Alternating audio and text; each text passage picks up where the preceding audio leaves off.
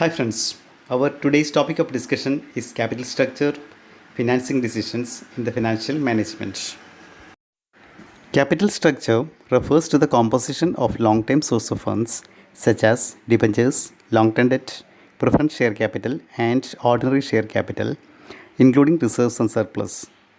The capital structure means the proportion of debt and equity in the total capital of the company. Capital structure decisions refers to deciding 1. The actual requirement of the funds, 2. The forms of financing, that is sources, 3. Their proportion in the total, that is mix. Financial structure is the entire left hand side of the balance sheet and includes short term source of capital also. So the capital structure, only the long term funds, is part of the financial structure. Capital structure is said to be optimum when the cost of capital is minimum and the value of the firm is maximum, that is, market price of the share is maximum. Capital structure decision will decide the weight or proportion of debt and equity and ultimately the overall cost of capital as well as the value of the firm. So the capital structure is relevant in maximizing value of the firm and minimizing the overall cost of capital. Now let us have a quick look at the capital structure theories. There are 4 capital structure theories. 2 of them are called capital structure relevance theory and the other 2 are called capital structure irrelevance theory. Capital structure relevance theory means the capital structure is relevant as far as the value of the firm is concerned. By changing the capital structure, we can increase or decrease the value of the firm. That is what it means. The other 2 theories say that whatever be the capital structure, the value of the firm will remain the same. In the first category, that is the relevance theory, net income approach and the traditional approach are there. And the irrelevance theory, net operating income approach and the Modigliani-Miller approach is there. Before proceeding to the theories, we need to understand the general assumptions behind these theories. 1. Only 2 kinds of funds, debt and equity. Second, the total assets of the firm given, we can sell debt to purchase share or sell share to repay the debt. 3. Taxes are not considered. 4. The dividend payout ratio is 100%. 5. The total financing remains constant. 6. The business risk is constant over time. The firm has perpetual life. Net income theory. An increase in financial leverage will lead to decline in the weighted average cost of capital, while the value of the firm and market price of ordinary share will increase. Conversely, a decrease in the leverage will cause an increase in the weighted average cost of capital and consequent decline in the value of the firm as well as the market price of equity shares. A firm is said to be levered when there is a debt content in the capital structure of the company. The cost of debt is less than the cost of equity. We know that we studied it in the cost of capital classes.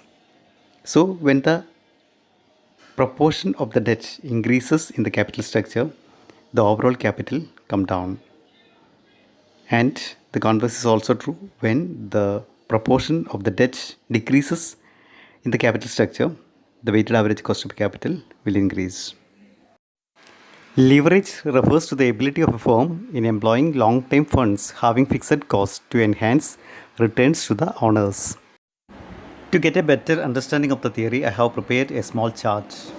The equity is 100% in the first case and it is decreased to 25% gradually, and the debt is 0% in the first case and it is increased gradually to 75%. The cost of equity is 16% and the cost of debt is 10%. We can see the weighted average cost of capital from 16, it decreased to 14.5 and then 13 and 11.5 respectively. So by increasing the debt content in the capital structure, we can reduce the cost of capital or the weighted average cost of capital. One important assumption we made here is that the cost of equity and cost of debt will remain the same, whatever be the combination. Value of a firm V on the basis of the net income approach is equal to S plus D, where S the market value of equity and D the market value of debt. Market value of equity S is equal to NI divided by KE, where NI is equal to earnings available for equity shareholders, KE is equal to cost of equity. Market value of equity is a function between the amount available to the equity shareholder and the expectation of the shareholder. For example, if the amount available to the shareholder is Rs 5 and the expectation of the shareholder from his investment is 10%, he will be ready to pay a maximum amount of 50 rupees for the share. So the market value is derived from the amount available to the equity shareholder and the expectation of the shareholders. But by knowing this relation, if we get the market price and the expectation, we can find out the amount available to the equity shareholder, or if we get the market price and the amount available to the equity shareholder, we can find out the expectation of the shareholder. Extending the same logic, we can find out the overall cost of the firm is equal to amount available to the firm divided by value of the firm. That is EBIT divided by value of the firm is the overall cost, or KO. EBIT, or earnings before interest and tax, is the total of interest and the amount available to the equity shareholders. That is interest plus net income is equal to EBIT. So interest goes to the debt holders and the net income goes to the equity shareholders. So EBIT is the amount available for both equity shareholders and debt holders. That is the amount available to the firm. Let us do one problem on the valuation of the firm. Sneha Limited's EBIT is Rs 6 lakhs. The company has 10% 18 lakh debentures. The equity capitalization rate is 15%. You are required to calculate the market value of equity and value of the firm to overall cost of capital. Equity capitalization rate is given as 15%, which is equal to KE. Market value of equity can be found out by the formula net income divided by cost of equity. Net income can be found out from EBIT. EBIT minus interest will give you the net income or amount available to the equity shareholders. EBIT is given as 6 lakhs in the problem. Interest payable is 10% of 18 lakhs, that is 1.8 lakhs. The balance available to the equity shareholders is 4.2 lakhs. Market value of equity is equal to 4.2 divided by 15%, that is 28 lakhs. Market value of equity we found out 28 lakhs, and the market value of debt is 18 lakhs, and the total is 28 plus 18, 46 lakhs. That the total value of the firm is 46 lakhs. Now we need to find out the overall cost of capital, and the formula we know. It is EBIT divided by value of the firm. EBIT is 6 lakhs and value of the firm is 46 lakhs, and the overall cost of capital is 6 lakh divided by 46, that is 13.04%. Alternatively, we can find out the overall cost or the weighted average cost of capital by using the regular formula, that is proportion of equity into cost of equity plus proportion of debt into cost of debt. 28 divided by 46 into 15% plus 18 divided by 46 into 10%. 9.13% plus 3.91% is equal to 13.04%. As per the traditional approach under the relevance theory, there exists an optimal debt-equity ratio where the overall cost of capital is minimum and market value of the firm is maximum.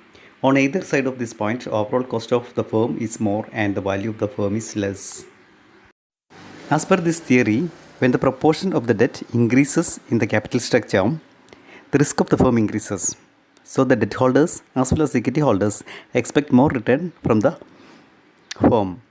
So the cost of debt as well as the cost of equity increases gradually.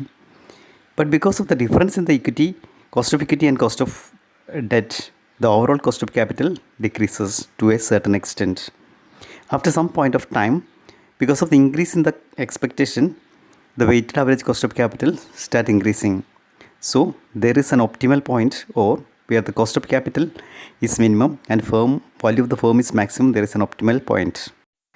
To understand the traditional approach better, we have tabulated 5 different scenarios of a firm's capital structure. Debt is increasing from 10% to 90% and equity is decreasing from 90 to 10%.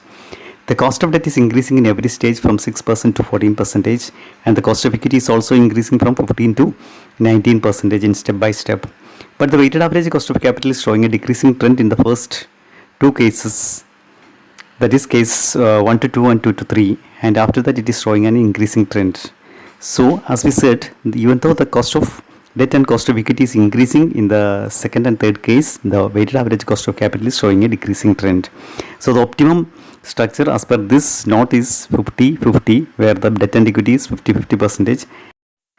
Net income approach states that the weighted average cost of capital can be reduced by increasing the debt content in the capital, which is a cheaper source of finance. Net operating income approach says capital structure decisions are totally irrelevant. The traditional approach strikes a balance between these two. Net operating income approach. An increase in the use of debt, which is cheaper, is offset by an increase in the equity capitalization rate. This happens because equity investors seek higher compensation as they are exposed to greater risk due to the high debt in the capital structure. The theory says that the gain due to the increase in the debt content will offset by the expectation of the equity shareholders. The increased expectation will keep the weighted average cost of capital the same as before. Let us go through a small working to find out what exactly the theory means. Consider an unlevered firm with the cost of equity 10%, so weighted average cost of capital will be 10%. Now let us assume that the company is increasing its debt position to 20% from 0% and reducing the equity from 100 to 80%. The theory says that the weighted average cost of capital will remain the same and the cost of equity will adjust itself to make the weighted average cost of capital 10%. By trial and error or by using the formula, we can find out that the cost of equity in this case is 11%. As the percentage of debt increases, the cost of equity will correct itself to make the weighted average cost of capital 10%, and I have given many workings to prove the same. Let us solve one problem. Ben Limited and Sen Limited are identical except for capital structure. Ben Limited has 50% debt and 50% equity. Sen Limited has 20% debt and 80% equity.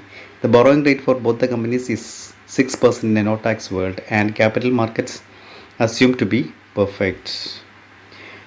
If you own 2% shares of Ben Limited, what is your return if the company has net operating income of Rs 32,000 and overall capitalization rate of the company is 16%? What is the implied rate of return on equity? Sen Limited has the same NOI and the Ben Limited. What is the implied equity return of Sen Limited? Why does it different from Ben Limited?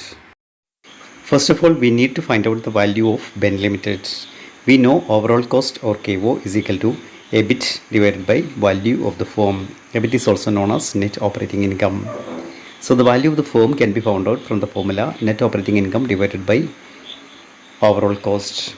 Here a net operating income is given as 32,000 and overall cost is equal to 16%. Value of Ben Limited 32,000 divided by 16% is equal to 2 lakhs. It is given in the problem that Alpha Limited has 50% debt and 50% equity on the basis of the market value. So the market value of equity is 1 lakh and market value of debt is 1 lakh. Net operating income is given as 32,000. Interest on debt 6% of 1 lakh of 6,000. The earnings available to equity shareholders 32,000 minus 6,000, that is 26,000. Return on 2% of shares 2% of 26,000, that is 520. Rate of return on equity is equal to 26,000 divided by 1 lakh, that is 26%. Whereas 26,000 is the amount available to the equity shareholders and 1 lakh is the investment. Now we move to Sen Limited. It is given that both the companies have identical capital structure and also given that both have the same net operating income. So the value of the firm will also be equal, and that is 2 lakhs. And in the case of Sen Limited, the debt is only 20%, that is 2 lakh into 20%, that is 40,000, and equity is 1 lakh 60,000. Net operating income is equal to 32,000. Interest on debt 40,000 into 6%, 2,400. Earnings available to equity shareholders 29,600. Rate of return on equity is equal to 29,600 divided by 1,60,000. We have 29,600 is the amount available to the equity shareholders and 1,60,000 is the total investment in the equity. Now let us go the last part of the question. Why the rate of return of Ben Limited differs from that of Sen Limited? We calculated the rate of return of Ben Limited is 26% and that of Sen Limited is 18.5%. We know the rate of return is 16% as per the problem. Capital employed was 2 lakh and it comprises in the case of Ben Limited 50% debt and 50% equity. The return is 16%, but the debt holders got only 6% as per the contract. So there was a balance of 10%. This balance 10% accrued to the shareholders. So their return increased from 16% to 26%. In the case of Sen Limited, The rate of return is 16% itself, and the debt holders are getting only 6%, and the balance 10% the equity shareholders will get. But the difference is that here the debt holders are 20% and equity holders are 80%. That is, equity shareholders are 4 times that of debt holders. So every 10% transferring from the debt holders will be divided by 4, and 10% divided by 4 is equal to 2.5%. The net earnings of equity shareholder of Sen Limited is 16 plus 2.5 is 18.5%. Hope you would understood the reason why the return of equity shareholders of Ben Limited and Sen Limited differs. Modigliani-Miller approach, theorem, problems and the arbitrage process we will discuss in a separate video.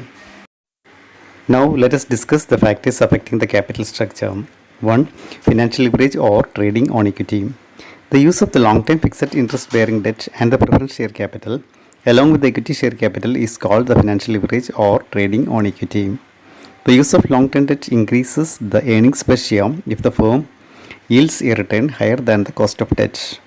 We saw in the problem Ben Limited and Sen Limited, even though the real return was 16%, the shareholders of Ben Limited got 26% return and the shareholders of Sen Limited got 18.5% return. But if the rate of return is less than the cost of debt, even then the company has to pay the interest amount. That will adversely affect the earnings of the equity shareholders because they have to pay the difference from their pocket. For example, consider a company having debt and equity 50-50 and assume that the rate of return is only 8% and the interest rate on the debt is 10%. So this 2% the shareholders should bear. So their return will come down from 8 to 6.